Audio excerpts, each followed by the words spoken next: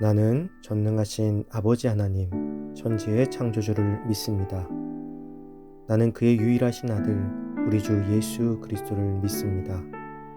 그는 성령으로 잉태되어 동정녀 마리아에게서 나시고 본디오 빌라도에게 고난을 받아 십자가에 못 박혀 죽으시고 장사된 지 사흘 만에 죽은 자 가운데서 다시 살아나셨으며 하늘에 오르시어 전능하신 아버지 하나님 우편에 앉아 계시다가 거기로부터 살아있는 자와 죽은 자를 심판하러 오십니다. 나는 성령을 믿으며 거룩한 공교회와 성도의 교제와 죄를 용서받는 것과 몸의 부활과 영생을 믿습니다. 아멘.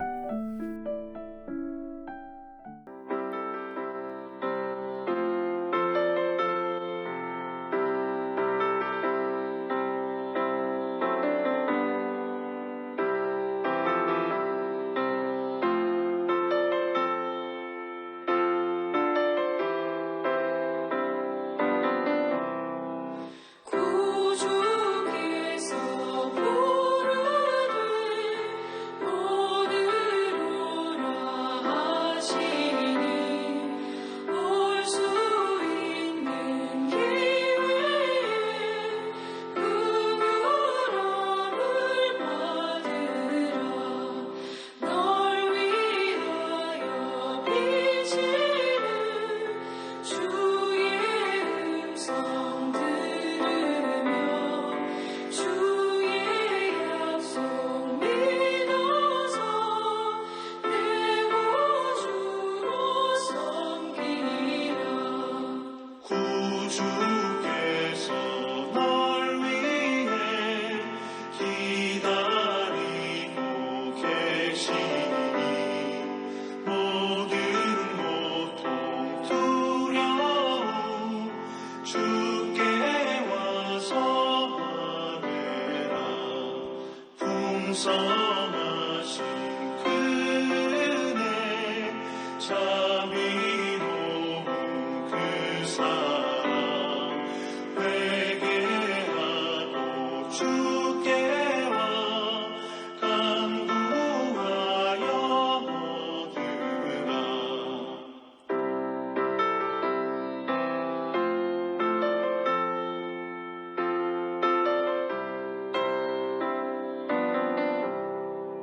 모든 죄를 떠나서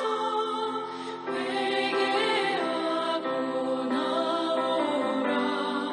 주가 용서하시고 너를 영접하시니 눈보다도 더히 너의 맘을 씻어서 내 마음에 천국이 임하도록 하리라. 지체 말고 주께로 어서 바삐 나오라. 예비하신 구원은 지금 받을 은혜라. 좋은 기회 놓치고 슬피 후회 말지니 지금 문을 두드려 구원함을 받으라.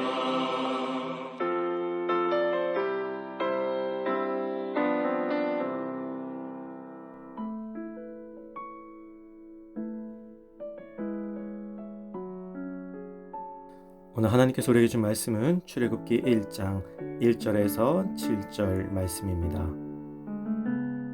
야곱과 함께 각각 자기 가족을 데리고 애굽에 이른 이스라엘 아들들의 이름은 이러하니 르우벤과 시므온과 레위와 유다와 이사갈과 스불론과 베냐민과 단과 납달리와 갓과 아세리요.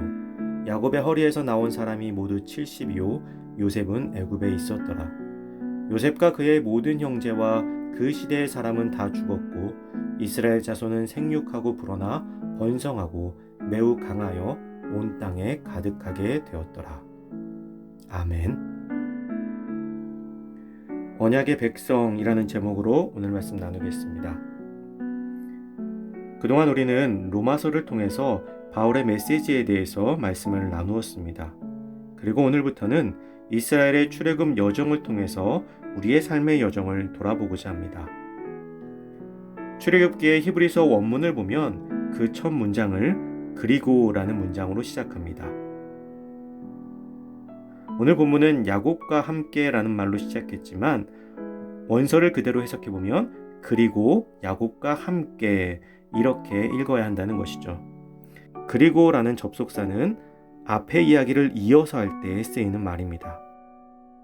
출애굽기의 앞의 이야기인 창세기의 마지막 부분은 요셉이 110세에 죽어 애굽에서 입관되었다는 말씀으로 끝이 납니다.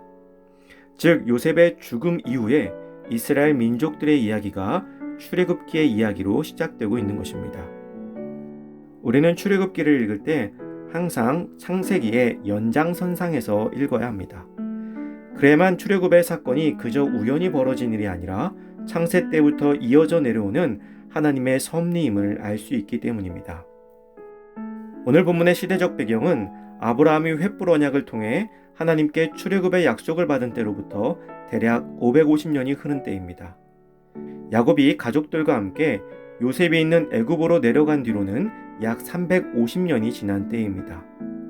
그리고 장소의 배경은 애굽에서도 고센 땅, 즉 야곱이 애굽에 와서 애굽 왕으로부터 얻은 바로 그 땅입니다.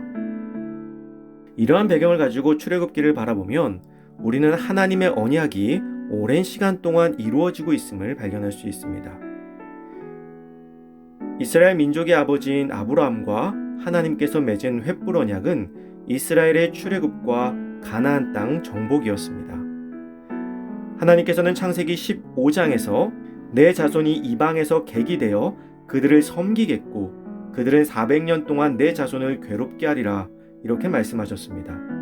또한 그 후에 큰 재물을 들고 나올 것이라고도 말씀하셨습니다. 오늘 본문에는 야곱과 그 아들들의 이름이 나옵니다. 이것은 그냥 쓰여진 것이 아니라 아브라함으로부터 이어져 내려오는 하나님의 언약이 아브라함과 그 아들 이삭, 또 그 아들 야곱, 그리고 야곱의 아들들로 이어져 내려오고 있음을 의미하는 것입니다. 그리고 지금 애굽에 거주하고 있는 이스라엘 민족은 모두 요셉과 그의 형제들의 자손인 것이죠. 그러므로 하나님과 아브라함의 언약은 지금 수많은 이스라엘 모든 민족에게까지 이어져 내려오고 있으며 하나님께서는 반드시 하나님의 언약의 백성을 구할 것이며 곧 언약의 성취가 임박했음을 알리는 말씀인 것입니다. 하나님의 언약은 결코 헛되이 사라지지 않습니다. 하나님의 언약은 언약을 기다리는 이들에게 결국에는 이루어집니다. 사랑하는 성도 여러분, 우리가 처음 하나님을 만나고 하나님 안에서 꾼 꿈이 있을 것입니다. 혹은 평생을 믿어오면서 자연스럽게 나와 함께 하신다는 그 언약이 내 삶 속에 녹아져 들어왔을 것입니다. 그런 의미에서 우리는 언약의 백성들입니다. 언약의 백성은 그때가 언제인지 알 수 없지만 하나님께서는 그 언약의 백성들을 항상 돌보고 살피고 계십니다. 오늘 우리는 인내함으로 하나님의 언약의 성취를 기다려 그 귀한 열매를 반드시 받아드는 우리가 되기를 소망합니다. 야곱의 12아들들로 시작한 이스라엘은 애굽에 정착하여 생육하고 번성하여 매우 강하게 되었습니다. 그리고 온 땅에 가득하게 되었죠. 처음 야곱의 가족은 70명이었습니다. 그리고 출애굽 당시의 이스라엘 민족은 장정만 60만이 넘게 번성하였습니다. 이것은 단순한 수적인 증가를 의미하는 것이 아니고요. 하나님의 놀라운 복주심을 의미하는 것입니다. 엄청난 축복인 것이죠. 70명으로 시작한 이방인들이 이제는 애굽이 견제할 만큼 크고 두려운 존재가 되었다는 것입니다. 이렇듯 하나님의 언약의 백성은 어디에 있든지 하나님의 놀라운 축복을 누리게 됩니다. 그들에게는 놀라운 하나님의 축복이 있었습니다. 사랑하는 성도 여러분, 요즘 기독교인으로서 사는 것이 참으로 외로운 시대가 된 것 같습니다.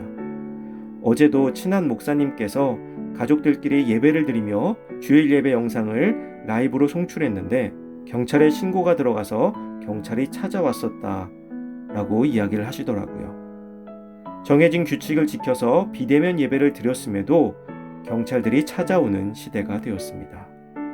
마치 이 땅에서 우리는 이방인이 된 듯한 기분입니다.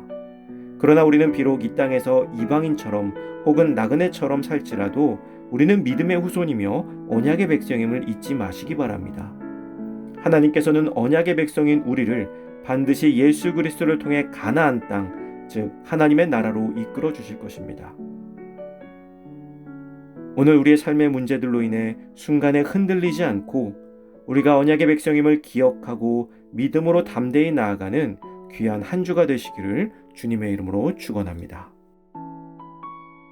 이 시간 주어진 기도 제목을 놓고 기도하고 또 각자의 기도 제목을 가지고 기도하도록 하겠습니다.